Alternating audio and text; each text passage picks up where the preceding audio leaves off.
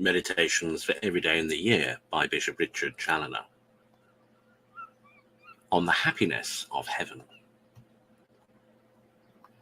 Consider first and ponder well those words of the Apostle, 1 Corinthians 2, verse 9, that, quote, "Eye hath not seen, nor ear heard, neither hath it entered into the heart of man, what things God hath prepared for them that love him."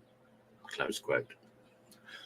Oh, what then must this happiness of heaven, what must this eternal glory be, which so far exceeds all our thoughts and conceptions? God is infinite in all his attributes, in his majesty, power, wisdom, justice, etc. But his goodness and mercy, his liberality, bounty, and magnificence in his gifts and rewards overflow, as it were, the banks, and show themselves in a most extraordinary manner above all his works. If then his justice be so terrible as we have seen with regard to his enemies, how much more shall his mercy, his goodness, and his bounty declare themselves in favour of his friends?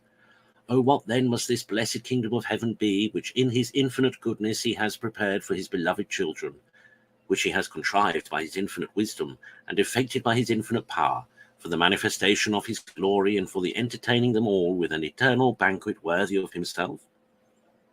Consider, secondly, that if by the cost and price of a thing we may guess at its worth, we cannot make too advantageous a judgment of the happiness of heaven, the purchasing of which has cost the precious blood and life of the Son of God himself, which is indeed an infinite price, and which, notwithstanding his purchase, is not to be obtained by us without much pains and labour, without many crosses and sufferings, and without giving up our whole selves in exchange for it.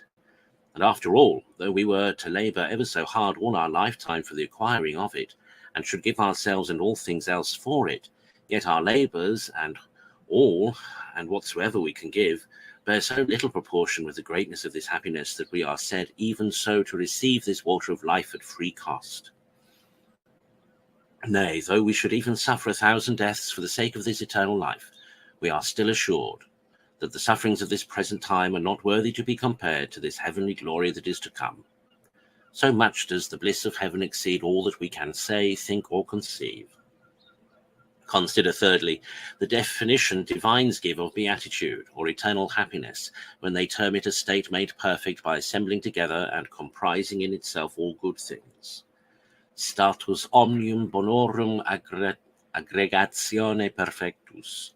That is to say, a permanent and everlasting state, replenished with all that is good, without the least mixture of evil. A general and universal good, comprising at once and forever all manner of good things, filling brimful the vast capacity of the affections and desires of the soul, and eternally securing her from all fear or danger of want or change.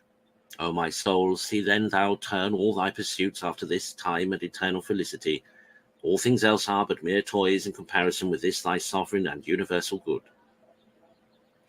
Conclude with most humble and hearty thanks to the infinite goodness of God, who before thou wast born hath prepared such an eternal happiness for thee, and provided all necessary means for thee to obtain it.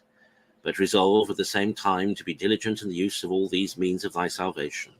For he who made thee without thy concurrence will not save thee without thy concurrence. St. Augustine.